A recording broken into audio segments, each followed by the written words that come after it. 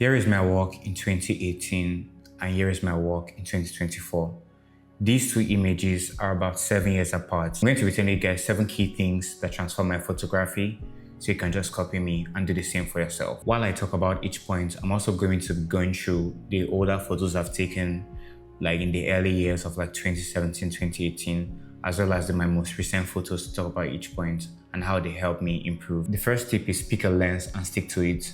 Now, the question you might have is, how do you pick a lens? The first image that you can see right here, I think I shot it with a kit lens. I was using the 18 to 55mm kit lens for a lot of the photos I took. I used this for a while and then I started doing my research for lenses. So the first lens that I got, which I recommend for anyone that's a total beginner, is the Yongnuo 50mm lens. I think it's still the most affordable lens that you can get right now. I recommend a 50mm, even if it's not the Yongnuo. If you have a higher budget, if you're using a Sony, you can get the Sony 50mm. If you're using a Canon, you can get the Canon 50mm. Try to figure out from there what kind of lens you might need to suit your needs. I am a fan of wide-angle portraits. The lens I'm using to film this right now is a 24mm 1.8. This is the lens that I used to shoot this exact image that you can see on your screen right now. So you're able to get a 50mm lens to start.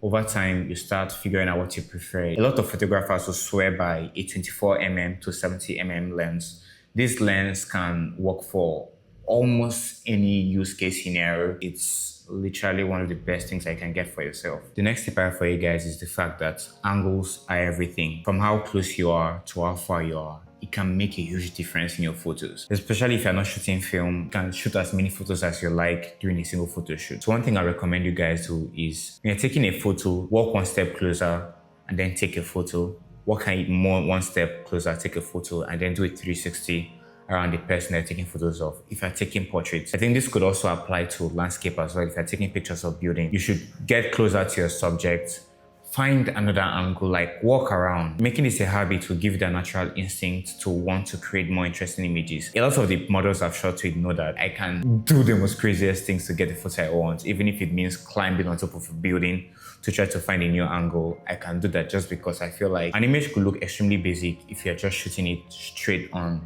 like a passport photograph. But finding a dynamic angle, like the image that is on my screen right now, where the model is looking at you downward, can really give you this interesting angle that you wouldn't get if the image was just head on. It can make a huge difference for your images. The next tip I have for you guys is focus on a style over time. Most of the images on the screen right now, they still have the same theme of the portraits that I'm taking right now. So when I first started years ago, I was taking portraits. Right now, I'm still taking portraits. There's just a difference in the approach. One very interesting thing I can see here is that this image right now on my screen kind of has the same vibe as this image right here. These images are about 6 years apart. How I edited it, the color grading, the angles and everything. But those are the little things that make the biggest difference for you as a photographer. It's fine if you have like different style of photography, or if you have a whole lot of things that you like to take pictures of. I mean, I still experiment with a bunch of things. I've taken some landscape photos as well, but I don't really focus on those. Like, I mean, I see a very nice building, I'm like, this looks very cool to me, but I'd rather take a picture of someone in front of that building than take a picture of the building itself. Start finding out what you like in the images that you take. These are the little details that matter in you finding the type of photos that you like to take and then sticking to it. Which leads me to my next point of figure out what you like and stick to it. The more you repeat a certain style over a certain period of time, the more you get better at it. The way I did pictures now compared to the way I did photos 5-6 years ago, it's actually very similar. There are minor changes that I've made over time, things I've learned here and there. It's the little things that add up over time to make that difference. So experimenting helps a whole lot. I found myself experimenting in a bunch of ways when I first started. For example, this photo here, I took this photo in 2019, which is about 5 years ago now. This is a very good example of me experimenting with angles. If I think deeply about it, I don't think I've ever taken a photo from this angle since then. Experimenting with angles is also one of the things that helps you learn a whole lot about your style and the type of photos that you like to take. You should definitely experiment a lot with shooting, experiment a lot with editing, every part of the process. Try something new. This photo was literally an experiment. I took this photo earlier in 2024. I haven't taken a photo in this style before, but I wanted to take this photo in the night and just use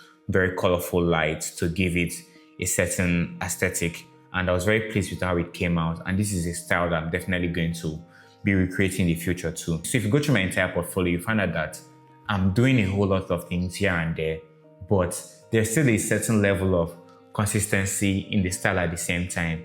Now, it takes a while for you to figure this out, obviously, but I believe that with every single photographer, every single creative, no matter the camera that you give them, even if you give them a flip phone, if they take a photo and edit it, you'll find certain elements of their work in that, regardless of the tools that they are using. Speaking of trying new things, my next point is don't stop learning. Watch lots of tutorials. Something that you know already, watch it again. Even if you think that maybe your skin retouching was perfect before, maybe the way you color grade was perfect before, there's always something new to learn. Like if I find a YouTube video on my YouTube page where someone is talking about color grading or retouching, out of curiosity, I'll just click on it and just watch it. There are these two things here and there that you might have overlooked before that could make a whole lot of difference in your process. From the editing to the shooting, there are things that you can always learn. So you should never stop learning. If you can learn something new every single day, that is even the best case scenario. In fact, this year, I've learned a couple of new things that I'm incorporating in my workflow to this day. The more you're able to take out all this information that I get from different sources and incorporate them into your work, take inspiration from other photographers as well. I mean, I'm not saying that you should go ahead and start copying people's work left, right, and center. I'm just saying that you should be able to take inspiration and then try to replicate little things here and there in your work. There are things that I've replicated from other photographers that I feel like, oh yeah, this person's work is cool, but nobody will ever call me a copy of the other photographer because they know that there's a certain look to my work that even I don't know might be there, but other people might see it. Always be willing to take inspiration and don't stop learning. I feel like this is something that I need to shout for the whole world to hear, but like, less is more every time. Less is more every time. I prefer a photo with no skin retouching at all than a photo where someone is doing skin retouching that looks ridiculous. Now, what's funny about this is that as I'm going through my old work, I felt like my skin retouching was quite subtle. I mean, some images, it looks quite decent.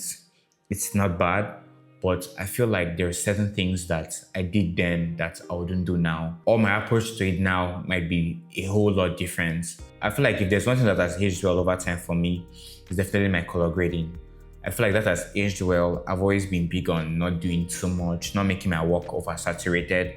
But if there's one thing that I know that I definitely improved on over time was my skin retouching. I feel like over time, I would even do less and less skin retouching because the key rule to follow here is that if someone was born with a certain mark on their face, like a birthmark or something, you should leave that in while skin retouching. You want to make sure that, I mean, at least for my personal style, I try to make sure that whatever picture I'm editing, I'm not trying to make the person look like a totally different person. Although I didn't necessarily do that when I first started. I feel like my skin retouching when I first started was quite decent. But looking back at my old work, I've seen that, yeah, it could have definitely been a whole lot better. So even if you make a certain adjustment in your editing program, especially Photoshop, reduce the opacity. You can always reduce the opacity. Trust me, if you reduce the opacity, you see a whole lot difference. Make that a habit. For every single point that I've mentioned so far, it all comes down to being consistent. Because the more you do something, the more you start seeing little things here and there that could adjust, little things here and there that you can improve, regardless of any creative career that you choose. From photography, video editing, whatever you do. As someone that has also been editing videos for a very long time too, I can tell you that my first edit compared to now, there's so much difference. There are things that have become second nature to me that I do, that I found out that me now will take a very different approach to the work that I was doing like 4 or 5 years ago. Being consistent will help you a whole lot, learning what you like, what you don't like, and that's literally the key for you improving as a photographer or any creative at all. Thank you guys for watching. I hope you guys like this video. You can get some presets in the link in the description below. I'll see you in the next one. Take care. Peace.